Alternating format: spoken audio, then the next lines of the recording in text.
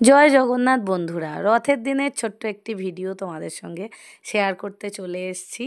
তার জন্যে ভিডিওটি তোমাদের পুরোপুরি দেখতে হবে যে আমি কিভাবে সারাটা দিন কাটালাম। প্রথমেই তো শুদ্ধ বস্ত্রে এসে ঠাকুরের ভোগ বানিয়ে নিচ্ছি। আমি ঠাকুরকে লুচি, সুজি, 5 রকম ভাজা এই সমস্ত ভোগ অর্পণ করব। এছাড়া খাজা, গজা, মালপোয়া, ফল, মিষ্টান্ন ভোগ হিসাবে দেব। আরাত্রিকার বাবা যথারীতি আমাকে হেল্প করতে চলে এসছে, কারণ আমার একার পক্ষে আর টেনে ওঠা সম্ভব হচ্ছে না। কারণ ঠাকুরকে ভোগ অর্পণ করে রথে ঘুরিয়ে আবার মাসির বাড়ি পৌঁছে দিয়ে আসতে হবে সন্ধ্যের আগে। তো আমি পঞ্চপ্রদীপ রেডি করলাম। তারপরে এখন আমি অভিষেক করানোর জন্য চানের জল রেডি করছি। গঙ্গা জলে অগরু আর গোলাপ জল মিশ্রিত করব। তারপরে তাতে চন্দন দেব এবং তুলসী পাতা দেব। এই জলটি দিয়েই আমি ভগবানদের অভিষেক করাবো। তোমরা চাইলে পঞ্চ অমৃত দিয়েও অভিষেক করাতে পারো। যে পাত্রে তোমরা অভিষেক করাবে সেই পাত্রে অবশ্যই একটি অষ্টকমল এঁকে নিও। এটি অত্যন্ত শুভ বলে মনে করা হয়।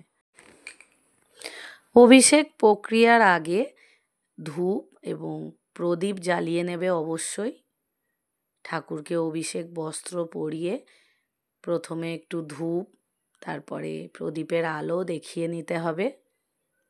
তারপরে আমি আমার অভিষেক প্রক্রিয়াটি শুরু করলাম। প্রথমে জগন্নাথ দেব, তারপরে বলভদ্র দেব, তারপর সুভদ্রা দেবীকে একে একে অভিষেক করাতে হবে।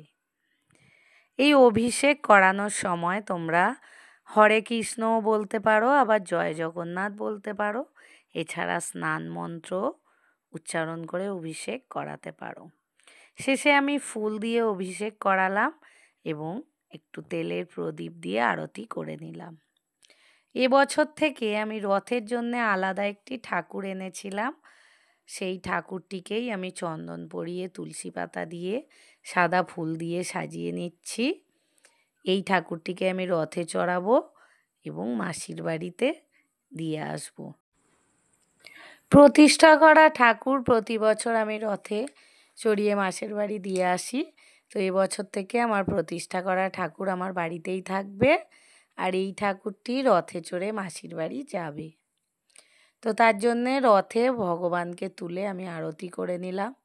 তারপরে আমার প্রতিষ্ঠিত ঠাকুর যে জায়গায় বসবে সেই জায়গায় একটি আসন জল দিয়ে শুদ্ধ করে তাতে পঞ্চশস্য দিয়ে ফুল দিয়ে এই গোমাতার পাশে বসিয়ে দিলাম। এখানেই একে একে আমার প্রতিষ্ঠিত ভগবানকে আমি অধিষ্ঠান করাবো। প্রথমে জগন্নাথ দেব, তারপরে সুভদ্রা দেবী, তারপরে বলভদ্র দেবকে আমি অধিষ্ঠান করিয়ে নেব। জয় জগন্নাথ, তোমার কৃপায় সবার জীবনে সুখ সমৃদ্ধি ভরে যাক ভগবান, সবাইয়ের মঙ্গল করো। তোমরা অনেকেই জানো বন্ধুরা, এবছর দীঘায় জগন্নাথ মন্দির উদ্বোধন হয়েছে। তো এবছর পুরীর ন্যায় দীঘাতেও প্রচুর মানুষের সমাগম হবে রথযাত্রা উপলক্ষে। আমি 3টি বেলফুলের মালায় চন্দন পরিয়ে এক এক করে সমস্ত ঠাকুরকে মালাটি পরিয়ে দিলাম। তারপরে আমি সমস্ত প্রসাদে তুলসী পাতা দিয়ে নেব এবং আমি 3টি করে ফুল প্রত্যেক ঠাকুরের পায়ে অর্পণ করব এবং 3টি করে তুলসী পাতা চন্দন সহযোগে আমি জগন্নাথ দেব, বলভদ্র দেব এবং সুভদ্রা দেবীকে অর্পণ করব। শেষে আমি জগন্নাথ দেবকে সাদা ফুল অর্পণ করলাম।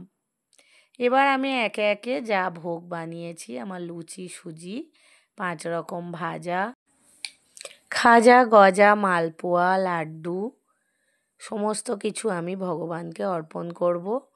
ফল অর্পণ করব এবং জগন্নাথ দেব রসগোল্লা খেতে ভালোবাসেন, আমি রসগোল্লাও ভোগ হিসাবে অর্পণ করে দেব।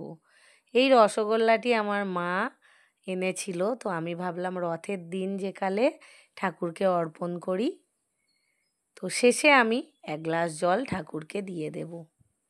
তারপরে ঠাকুরের প্রণাম মন্ত্র বলে আমি 3টি হলুদ ফুল 3টি ঠাকুরের পায়ে দিয়ে দেব। নীলাচলে নিবাসয় নিত্যায় পরমাত্মনে বলভদ্র সুভদ্রাভাং জগন্নাথং তে নমঃ। জয় জগন্নাথ। আমার দেয়া ফল প্রসাদ গ্রহণ।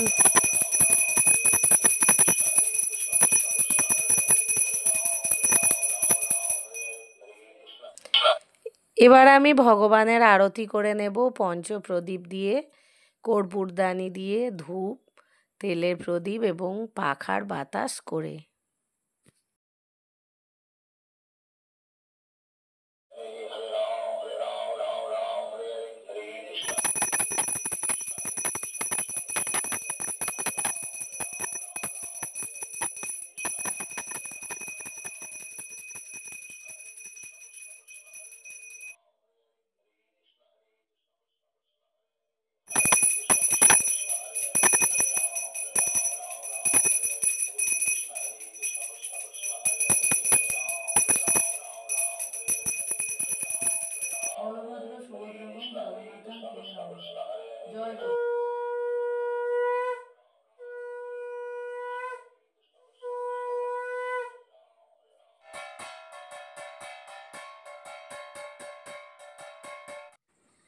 এইভাবে পূজা দিয়ে আমি জগন্নাথ দেবকে রথে তুলে বাইরে ঘোরাতে নিয়ে এসেছি।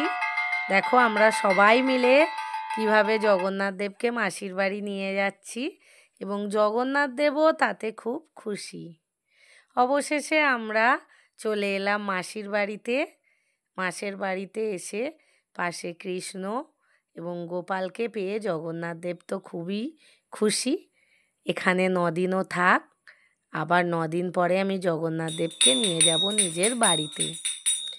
বাড়িতে এসে দেখলাম আরাত্রিকার বাবা হরিনাম করছে, তো আমিও প্রসাদ বিতরণ করতে শুরু করলাম। এই ছোট্ট ব্লগ ভালো লাগলে লাইক করো, শেয়ার করো, চ্যানেলটিকে সাবস্ক্রাইব অবশ্যই করো।